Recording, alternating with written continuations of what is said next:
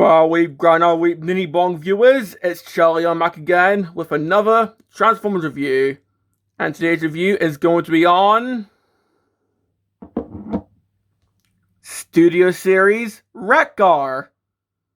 Now, this is a figure that I've been wanting for a little while now, mainly because, well, we've got a few other Junkions in Studio Series now, those being Junkyard and Scrap Heap, if I remember correctly. And, well, if I was going to get them, I figured maybe I should get the Junkion leader first. And, of course, with the Junkion scene in the movie, like, there's a lot of unique Junkions in there. So, who knows? Maybe I'll keep reusing this mold for a bunch of different Junkyards. But that's just my guess. I mean, there's literally a Junkion called Recycle. You know, because recycle, like, rubbish, and this is literally a motorcycle. Okay, let's stop stalling. Let's actually look at the figures box. So, of course, we've got the standard, well, all the stuff of Studio Series packaging before they enhance the artwork. So here we got a picture of Wreck-Gar right there, about to hit someone with his axe. Of course, his name is Wreck-Gar. It's number 9 in the 86 subline. So, of course, he's from Transformers the movie. Here we got a picture of Wreck-Gar's face with his lovely looking facial hair. This side we got a full on picture of Wreck-Gar. In the back we got him in both modes. Of course, big screen inspired. The Junkion Dance Party with good old Dare to Be Stupid, which I freaking love that song. And of course it says what he does in the film. And of course he included backdrop. So just getting the backdrop out.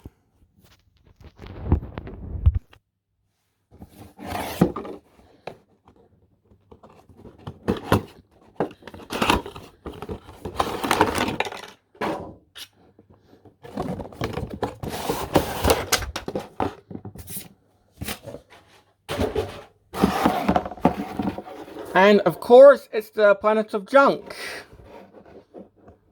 aka where the Junkions first appeared in the film.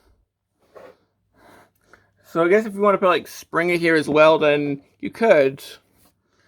Well, putting Wreck-Gar here, honestly, this could work. Like, if you had another Junkion to put on here, then, well, I'm not sure if they're designed to ride each other, like some of the Junkion figures can, but you could try.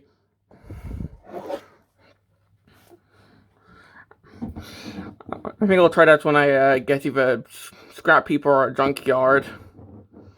Well, looking at the figure, this is a really accurate depiction of how he looked in the film, because, of course, he was this weird-looking motorcycle, spiked wheels and all. And I think this is the most accurate Wreck-Gar toy that we've gotten, because of course we had the original toy, which, I mean, come on, G1 toys were rarely ever accurate, but they still have their own charm.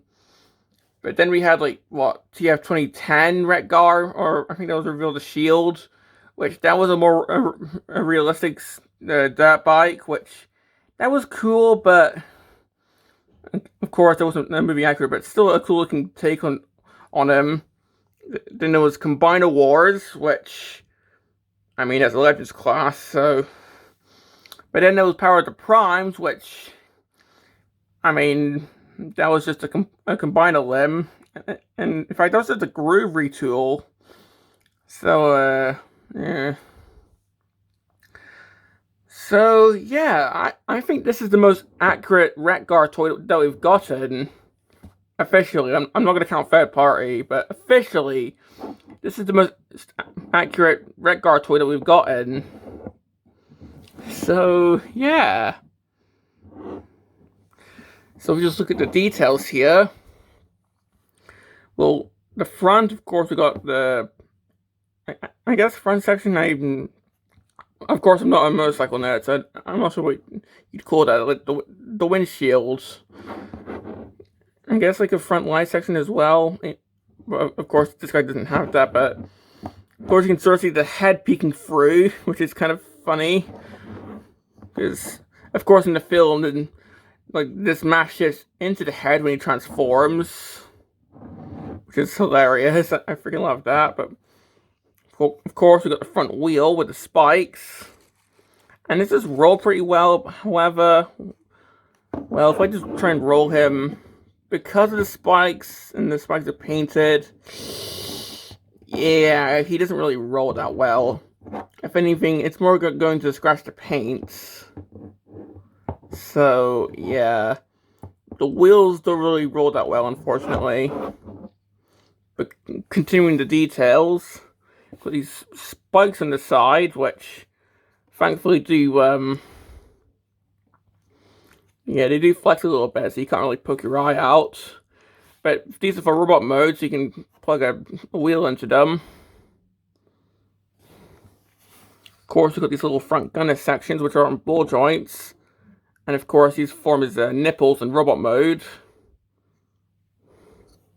Got the handlebars here and these pins, which can move if you want.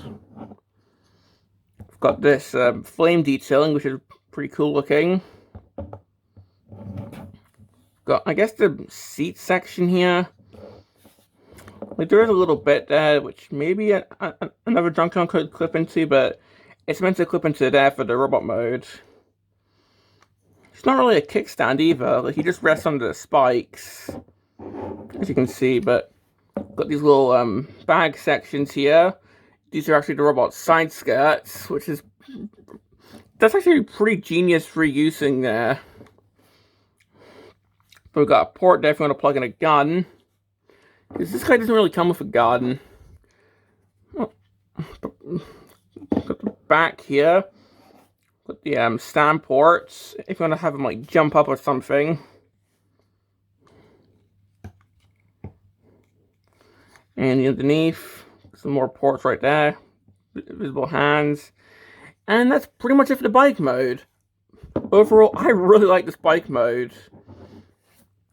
And I'm pretty sure Junk Heap and Scrap Heap look just as good. Now for accessories, well, not counting the wheels, because of course they come off. Because that's how he transforms in the film.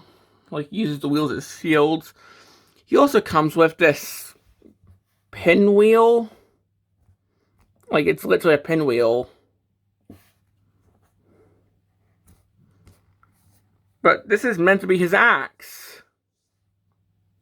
Like, I know it looks like a freaking pizza cutter.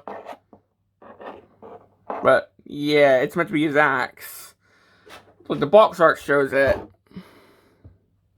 So, yeah, it's his axe. Why it spins? I don't know. Fun fidget toy, I guess. I mean, I'm really having fun just spinning this around right now, so... But for storage, this just plugs right into the back here. Or in fact, no, I think this actually plugs into the flight stand. Yeah, it does. And that's pretty much it for the storage. So it's like one of those little things that people like to put into their bikes. Or it could be a propeller so he can go faster. I don't know. But yeah, that's pretty much all I've got to say about the bike mode. And overall, I really like this bike mode. It's accurate to the film. I'm pretty sure you can put another version of the mold on top. I'm pretty sure that this guy looks really good with Springer. I don't have the Studio Series Springer yet, but I do really want to get that guy. Like, overall, this guy does look really good. So, what about the transformation? Well, to start off, we're going to do some part forming. Yeah, it's part forming, but... Hey, like, the original toy even did parts forming because you had to remove the front wheel. With this guy, you have to remove both wheels. So this guy's just taking a page out of Cycle's book.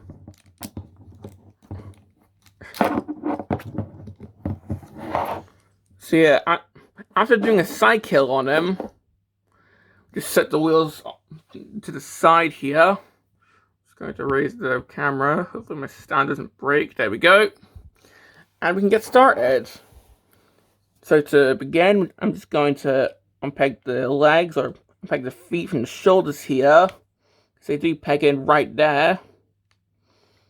So just move the leg down, move the foot up. Do the same on this side. And that's already the legs done. Next, I'm just going to accordion all this around. We've already got most of the torso done. For the arms, I'm just going to unpeg them from here. Get the head from underneath here.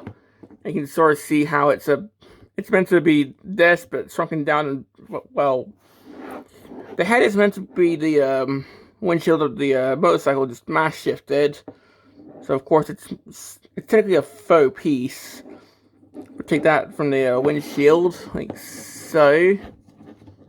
Let's get that out of the way. Pushing the windshield section, and then this whole thing just spins around into here, and it clips into place.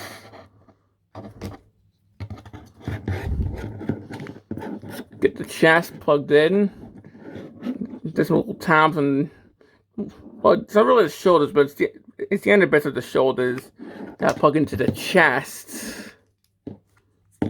So if I can actually do that, right? There we go.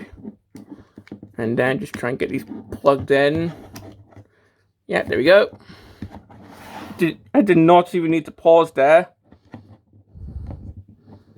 Move the shoulders down, spin around the forearm, get the fist out.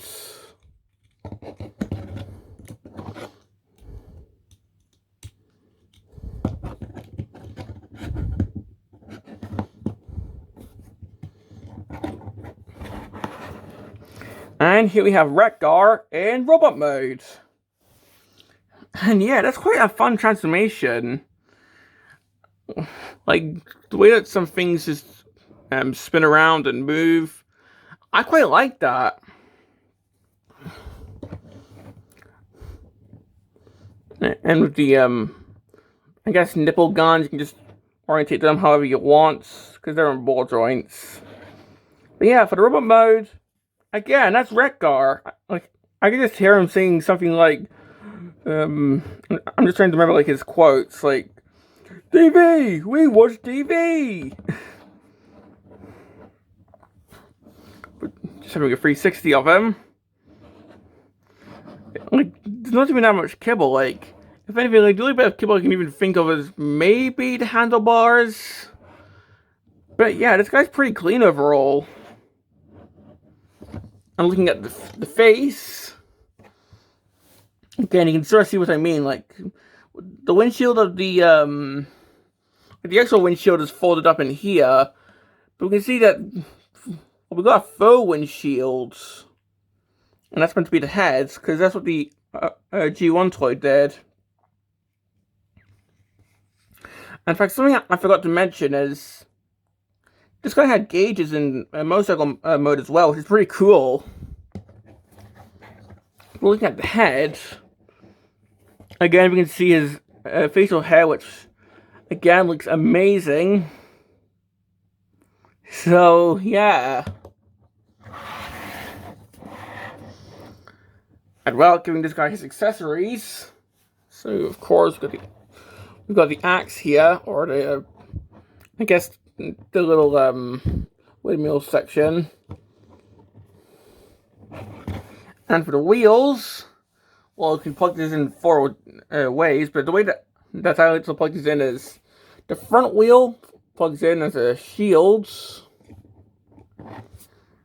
and this one just plugs on a leg. pretty much it emulates the placement of the original toy back wheel. So yeah, and that looks pretty cool.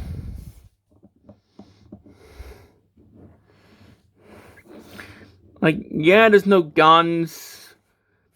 Like, maybe there's like a company that's like made an upgrade kit and it had like a gun based on the original toy gun. I don't know, but still, this guy looks ready for battle. Like, he's just ready to clash with Springer. I mean, I would definitely be intimidated. Like, I would definitely be intimidated by this.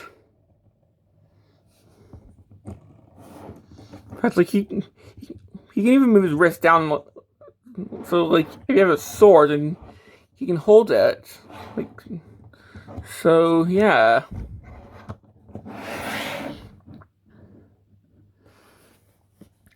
Now for this guy's articulation. Well, the head's on a ball joint, so it can look around, look up and down. Shoulders can move, although handlebars might get in the way. He can T-pose, and that exposes a bit of detailing right there. He's got elbows. Well, it's got 90-degree elbows. Bicep rotation. The wrist can move down if you wanted to do that. The waist can swivel. Thanks to the transformation, he's got the transformation can give him a bit of an ab crunch, which is pretty cool. Maybe a bit of an arcing back due to the transformation as well. The shoulder's a bit loose on my copy, unfortunately. If we move these side skirts out of the way, then he can do the splits.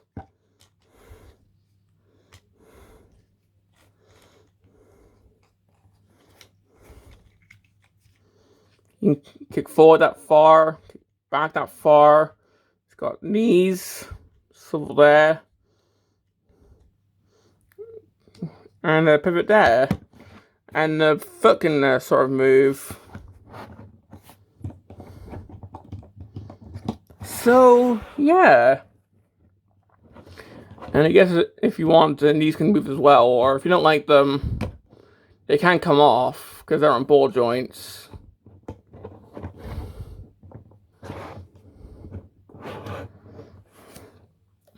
So,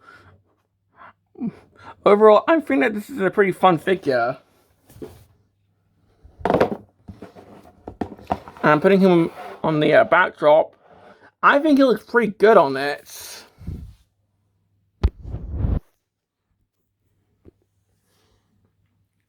So, do I have any complaints with this guy?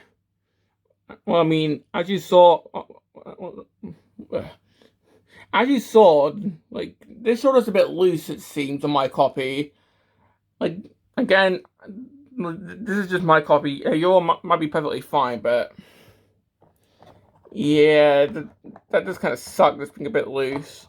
Like, it can hold the pose, but if you do